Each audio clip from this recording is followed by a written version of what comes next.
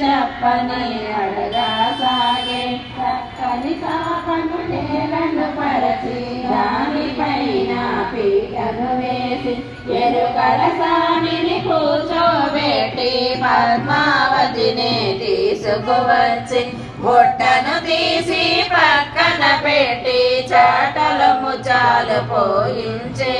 గద్దె పరగను ఎదుటను పెట్టి పసుపు కుంకుమ నిండుగా చల్లి పద్మావతిని కూర్చోబెట్టి చిన్నదాని చేతను బట్టి లయబద్ధముగా తీగను మీటుతూ ఎరుక చెప్పుట మొదలు పెట్టే మూల దేవతలకు ముందుగా మ్రొక్కి మంచి వాకులు ఇమ్మని అడిగే ఇనుకోన వివరము చెప్పెద జరిగేదంతా ముందుగా చెప్పెద వ్యాధన్నది నీకు లేనే లేదు మనసుకు పట్టిన ప్రేమ జబ్బు శృంగారవనమున చూసిన పురుషుడు నీ మనసపుడే దోచినాడు ఆరడుగుల అందమైన వాడు నిన్నే చూడగా వచ్చినాడు ముల్లోకాలకు నారాయణుడు నీ